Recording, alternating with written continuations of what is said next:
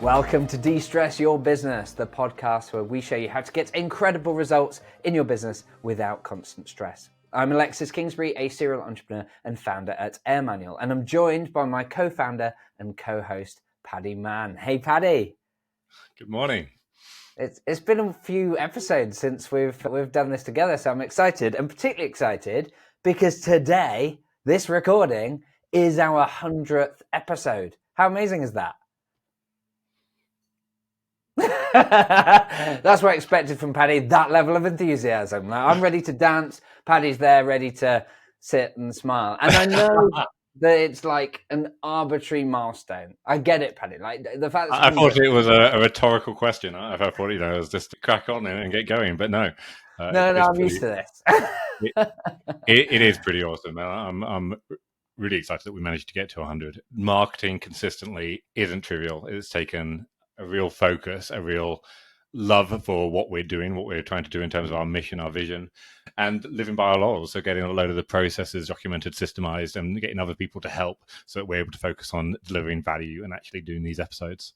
Oh, completely agree. And at this point, we should say a big thank you to the rest of our team, and particularly Jessica and Kangai for the support that they've put in week after week in following the processes and the checklist that we have to take the recordings that are done as part of recording it and then making sure that ends up edited and published and promoted and so on, because that honestly would not happen if it was just us responsible for doing it. So firstly, thank you to them. But yeah, we thought, you know what? It is an arbitrary milestone doing 100th because there's no particular reason difference between the 99th and the 101st and so on. But to celebrate and enjoy the journey and do something a little bit special, we're going to look back at what we've learned from essentially the past 99 episodes. And to do that, we're going to share some of our team's favorite clips. They've put together a series of clips that they really liked from the whole podcast. I'm really excited to share them with you. I'm really hoping that this episode becomes super useful for regular listeners to remind themselves of some of the key insights that they've gained, but also perhaps to highlight specific episodes and guests that we've had that they might have missed that they want to tune into. But also, I hope that this should be a really great episode to share with others, because this should be a ton of gold that's been compiled. And so please do share it. And as a result, if you're listening to this episode as the first one of ours that you've ever heard, firstly, welcome. And if you like what you hear, we're scratching the surface. So please do check out our other episodes to get loads more value. But otherwise, Paddy, should we get started? Should we get into these clips? Yeah, let's do it. Fantastic. Well, in these clips, we're going to hear from Will Polston, Helen Tudor, Mike McAllowitz, Sanjeev Dodia, Melissa Kwan, Jordan Fleming, Robin Kennedy, Paul Avins, Penny Power OBE, our very own Paddy Mann. Yes, you made the cut, Paddy, from what the team put in. MC Lorbshire, Gerald Ratner, Ian Morgan, Clayton M. Koch, Stu Davidson, Kevin Appleby, Denise Duffield-Thomas, Danielle Mulvey, apparently I'm in there as well, Jason Greystone, Marianne Page, and Greg Head. So there we go. Lots of amazing people. Let's roll the clips. Negative emotions, whether it's stress, overwhelm, frustration, depression, anxiety, unfulfillment, or any flavor of negative emotion, is simply a signal to think or act differently. That's it. That's it. It really is as simple as that. And if you don't like something, change it. And if you can't change it, you change the way you think about it. I was like, I am making it. And then we went into employer branding, and I did some amazing work in that space, to be honest. Big in the employer branding space, working with big blue chip clients. And then it was like helping HR directors hire better people faster using Facebook ads. And it was $3,000 a month, 10 spaces available. So building up the agency that way. And I was incredibly miserable. Like, I was so unhappy. Like, I was making money, but I didn't enjoy it. I felt like I'd made myself a job. I thought it was normal and appropriate that we should be overwhelmed, that we should feel constant stress. And it's when it all came crumbling down for me. I had built some businesses, but they were a house of cards. I didn't even realize it. And they were not fiscally sound. They were so dependent on me working harder and longer that when that was no longer sustainable, I lost everything. And my daughter felt compelled to save us with her piggy bank. I had a wake-up call. And it wasn't wasn't that second. I'm like, oh, I'm going to figure this out. I went through depression and struggled. But back in reflection, we shouldn't need to be workaholics. We don't need to live check by check. We can have all this stuff. And in fact, we have a greater impact if we don't have those stress components. Find a way of getting super, super clear about what it is you want, what it is important to you, both in life and in the business, because we only have one shot at this and we only have a short time. This isn't a dress rehearsal. Get really clear about that and your purpose, because I think everything else can flow from that. Why am I doing this? What am I trying to achieve? What's the end I've got in mind? What strategies are available to me? What help do I need? What do I need to learn? What do I need to do differently? Get into that. Because I think if we get that right, foundationally, everything else comes out. And then people like me, people like you, we've got the framework, we've got the approaches, we've got the systems. You can get help in so many different ways once you get that clarity. My entire life is figuring out, how do I work less and do more? How can I work more creatively and not work more? Because I actually don't believe that working more means you're more successful or more productive. It just means you're working more. We don't need to work more. We work enough. We need to work more creatively and automate what we can. It's probably a reaction against this notion of hustle culture that we seem to have now, where everybody is always flexing on just how much hours they're putting into the day, as though it was by you working 10 hours more than me in a day, that somehow is more valuable. And my co-founders and I have a real intent on enjoying our life now. I hear so many people, particularly founders and people who are in this sort of hustle culture, it's always, I'll be enjoying it when I sell my business, that's when I'm going to enjoy it. When I get this and when I get that. And I think that is just the wrong way to look at life in so many ways. In general, I work 5 hours a day. The reason we're here having this conversation on this podcast today is because I think we're in a world, we're a bunch of people who don't want to just keep filling the plate. So put a slice of that in for taking some time off and having meaningful relationships and doing the things you want to do, and the reason you're in this game of being an entrepreneur anyway. Positive pressure is a good thing. As an entrepreneur, we need it to scale and to grow. If you're stressed because you're pushing outside your comfort zone, it's into the growth zone, that's not necessarily bad stress, it's positive stress. Mm-hmm. We need a level of stress to help us break down, to shift our behavior, because if it isn't uncomfortable enough, most of us don't change. Mm. So you're marketing it, you're selling it, you're making it, you're shipping it, you're invoicing it, and you're doing all of that, right? So now you're wearing 6 hats.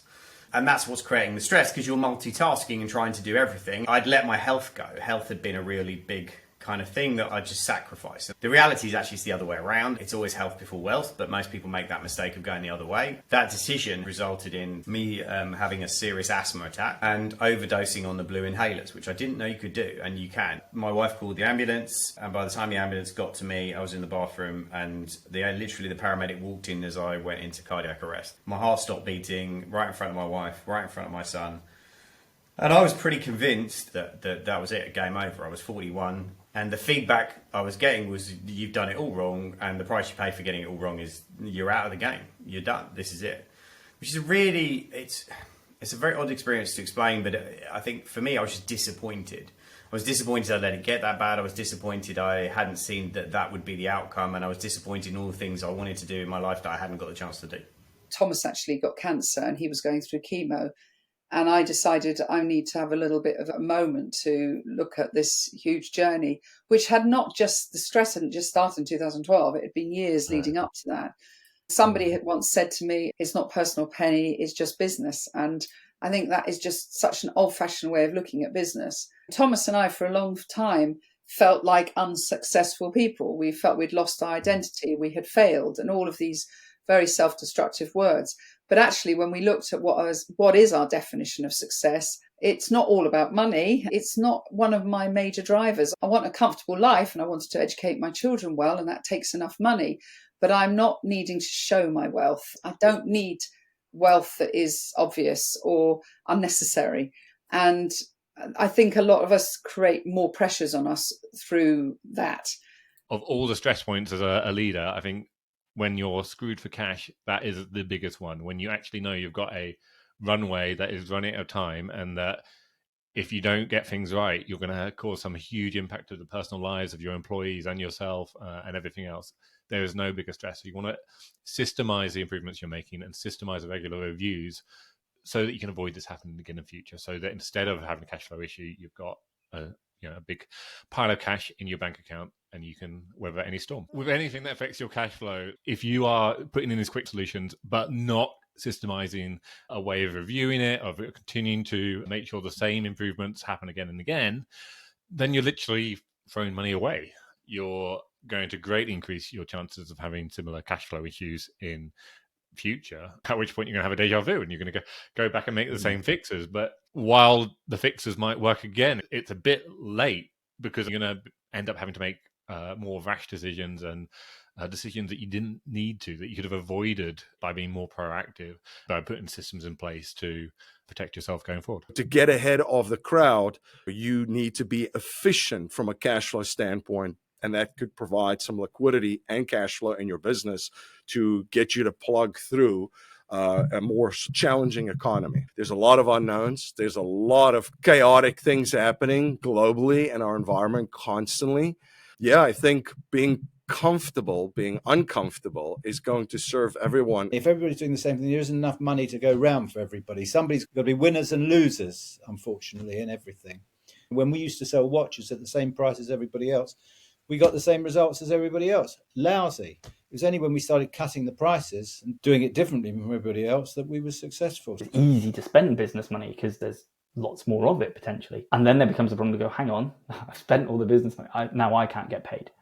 It's a lot easier with money around to make some key decisions because sometimes you can buy your way out of a problem. But nobody wants to buy financial control because that's boring. Yeah, everybody wants to buy financial freedom. It will be painful. It will be hell. But once you've got it all out there, they're all open, all the debts are there, and you then basically sit down and calculate exactly how much you owe as a debtor, let's say. Yep. That's your first step to acknowledgement. I used to hang around with a chap who dealt in consumer debt or individual debt. And he always used to say it was, before he became a debt counselor, he was a drug and alcohol counselor. And one of the things in terms of drug and alcohol counseling is that you have to acknowledge that you've got a problem. Cash flow is like the blood within your body carrying oxygen and fresh blood to the parts that it needs to get to when it needs to get there. And so we need to keep it healthy. And sometimes, like going to the doctor, we don't like going to the doctor, or we neglect. So when we're fit and well, we can tend to get complacent and we tend to think everything's fine, but we don't always see what's going on underneath the hood, if you like. So it's constantly wanting to make sure that blood is flowing properly, that we're keeping ourselves fit, we're keeping our business fit, and we're keeping the cash flow. I'm a great believer in the theory of constraints. We've got all of these bullish forecasts from the sales people, the marketing people, so on. Okay, supposing we go down that journey, where do we next hit a constraint in this business that's going to stop us? Sales can be saying, fine, we're going to triple sales in the next 3 years. That's great in theory, but there will be something at some point that stops you tripling sales. Either you don't have production capacity if you're manufacturing, you don't have the infrastructure in some way if you're an online business. There are going to be points in the journey that you're going to hit a constraint.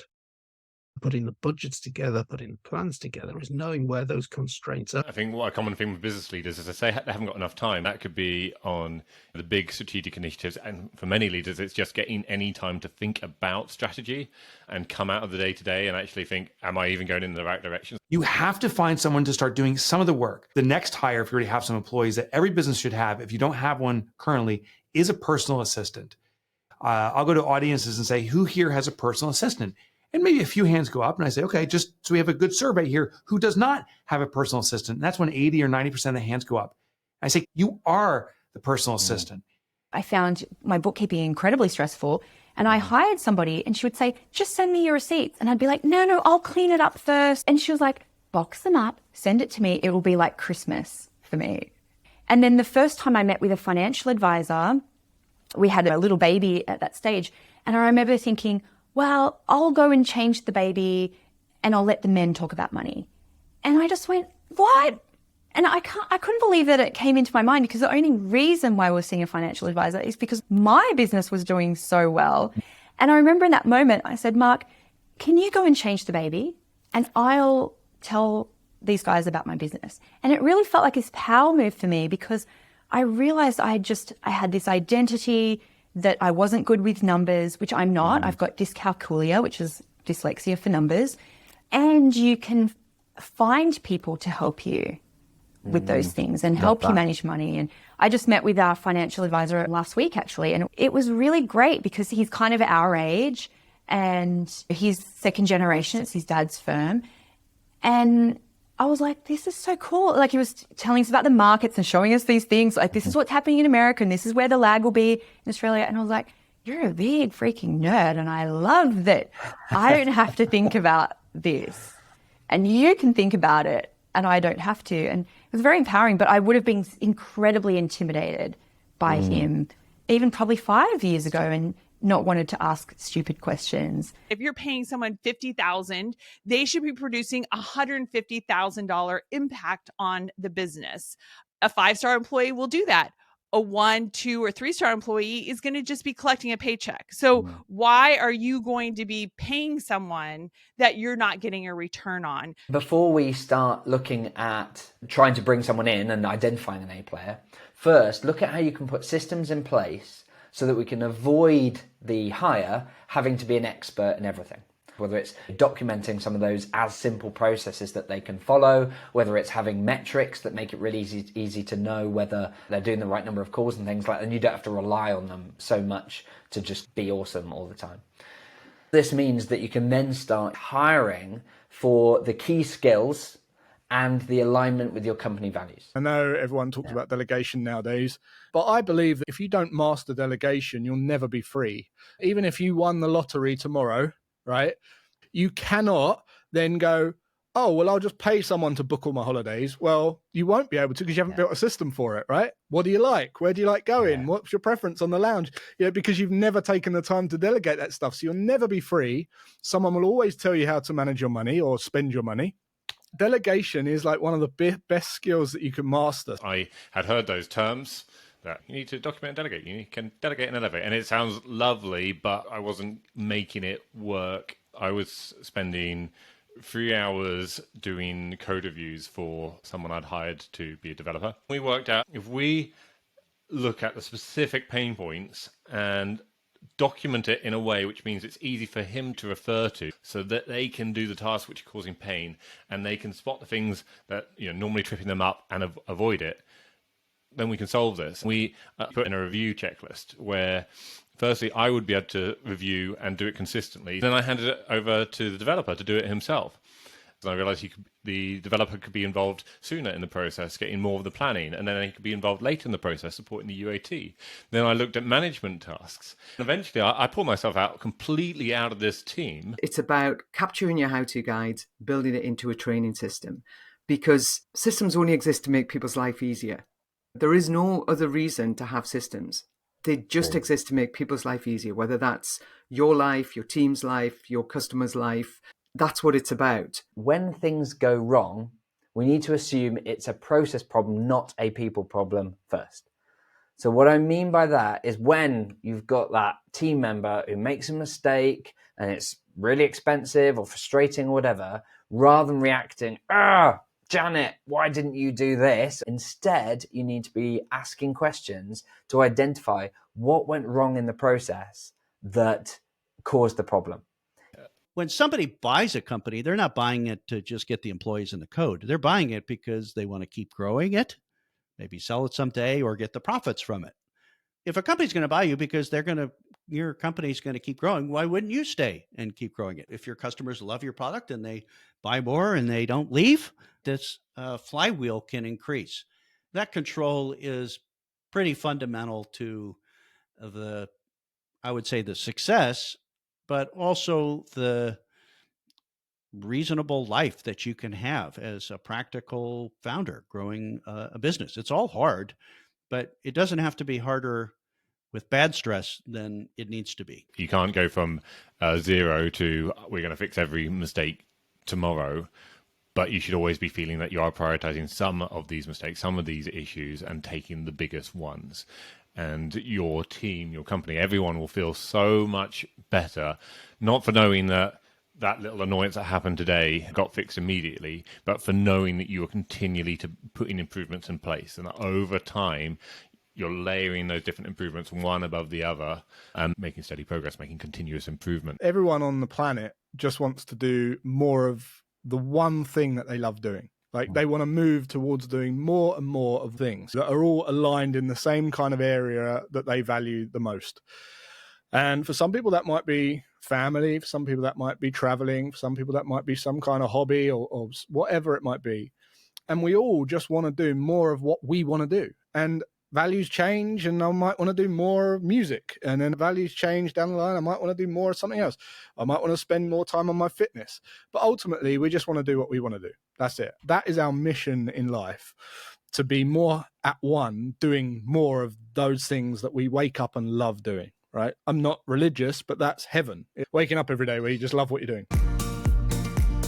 Awesome. So there we go. So Paddy, any immediate reaction to having seen those clips?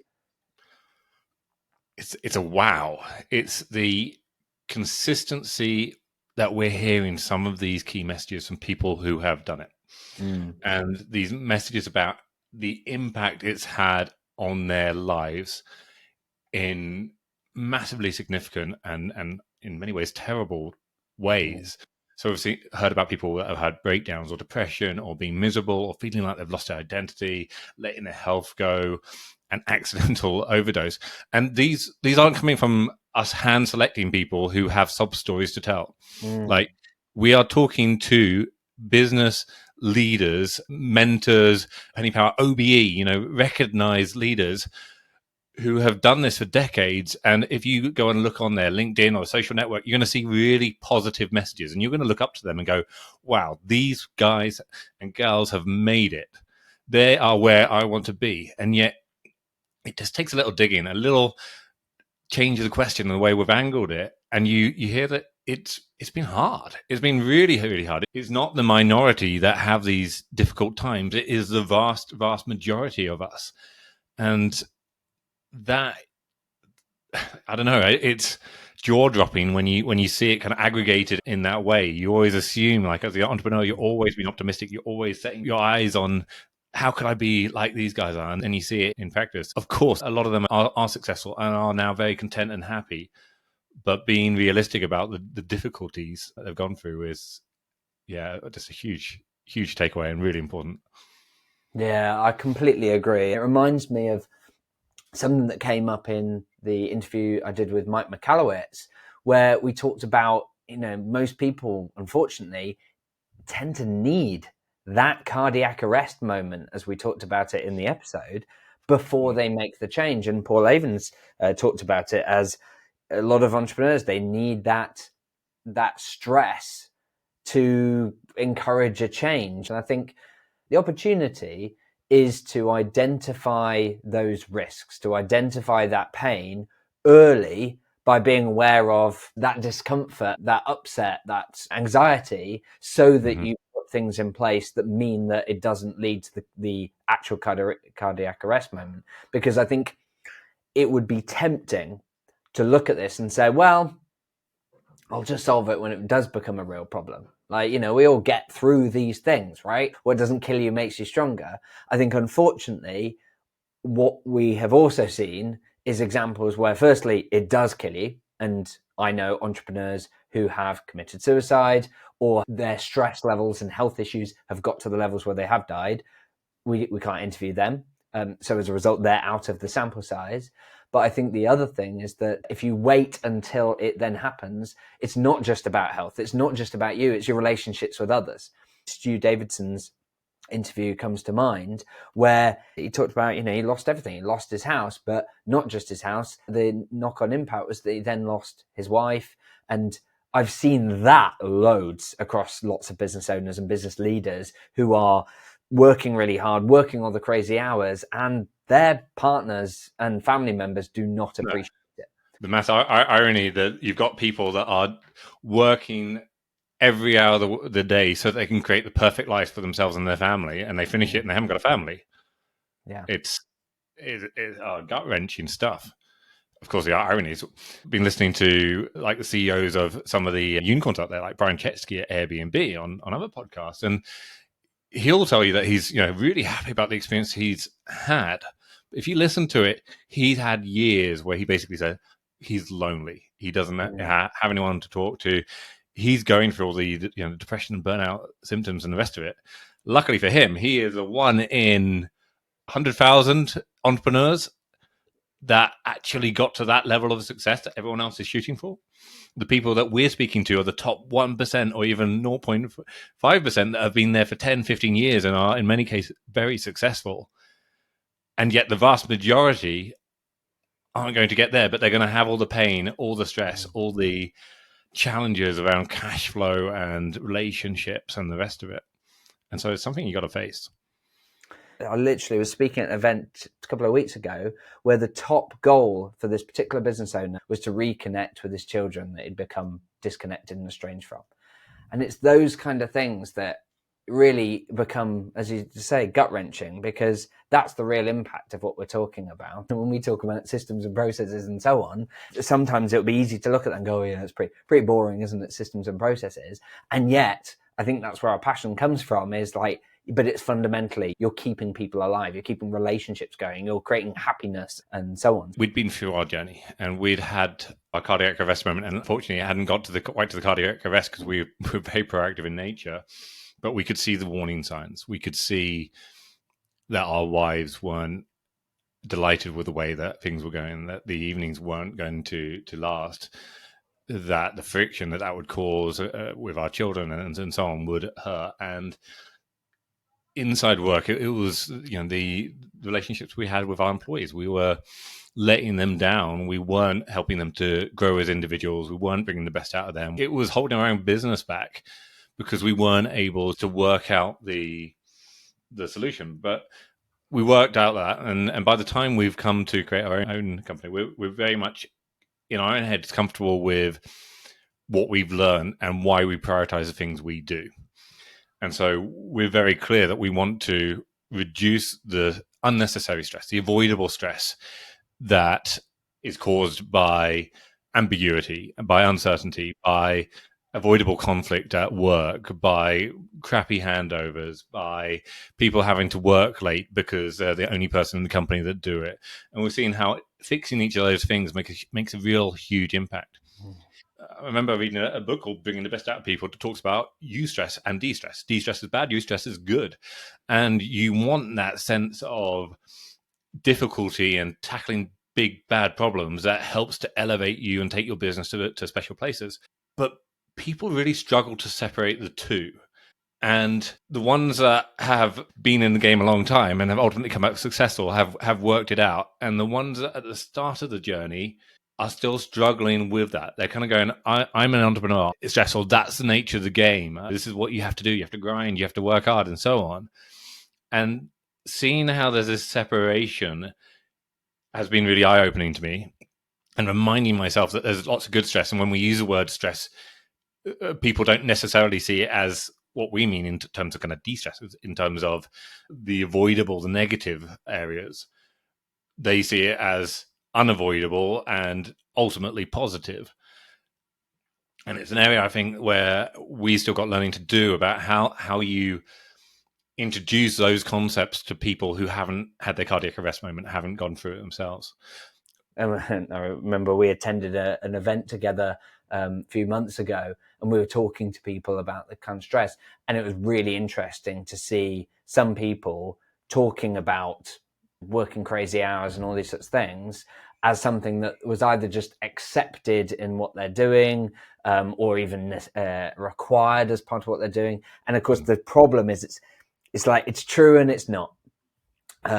It's a little bit like I see a lot of social media posts, etc., from the likes of like Alex Hormozy and Gary Vaynerchuk and Daniel Priestley about this concept of having to put in lots of hours. And in fairness to Daniel Priestley, he's often talking about it in the early days. And I think he's trying to emphasize that sometimes the risk is that you look at someone who's, on the beach or on the yacht or whatever and be like, oh, well, can I just do that immediately? And it's like, well, no, they've got to that point. They've put the things in place.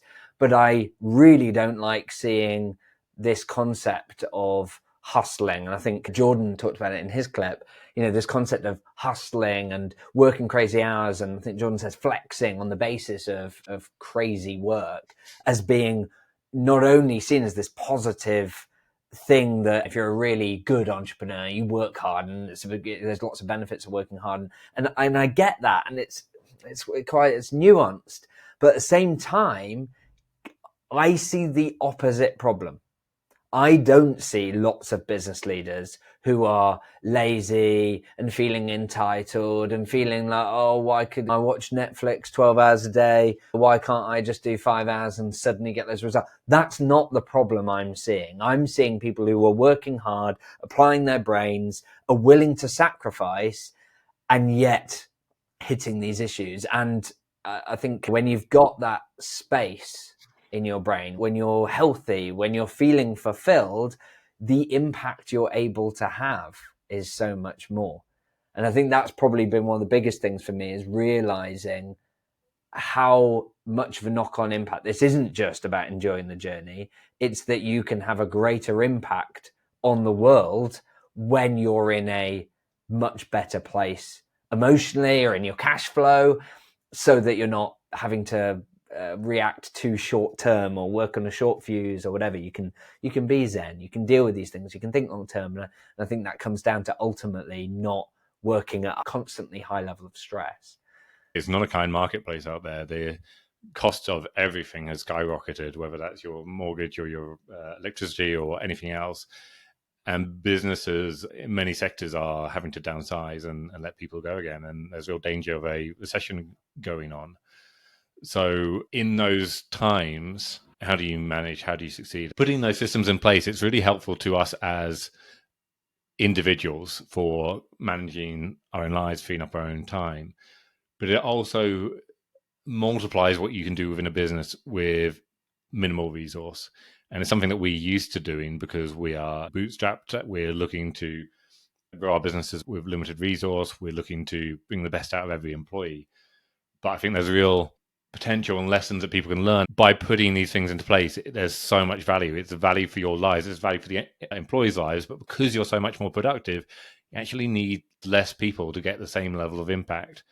And that's something that I'm seeing is a big challenge that a lot of businesses are facing right now. How do you do more with less? How do you keep your wallet in your pocket? Because you're not going to get the next round of funding because you've got less customers that are going to be purchasing from you last year because you're having to downsize. And the impact that you can have is huge on all three fronts. I guess final reflection is it's been a really powerful medium for us to have really eye-opening conversations and discover stories that are helpful for us to shape our own thinking, helpful for our customers to see what's possible and the challenges that others are facing. That's helpful for a much wider audience to think about where the challenges are and pragmatic ways of solving them. And so I'm so glad that we've done the first 100 episodes, and I think it's a really positive moment to celebrate that and to look forward to the next 100 and beyond.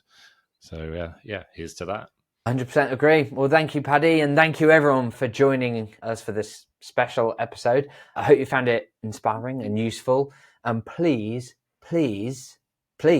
share it with others. If you wanted me to beg you, you've got it. We're not professional podcasters. We are business owners. We earn no income from doing these episodes. We don't take sponsorship or have advertising income or have a TV station that are willing to pay us to do these on some kind of advance. We don't have paying subscribers on a Patreon or anything like that. All we ask is that you subscribe for free and that you share this episode with others.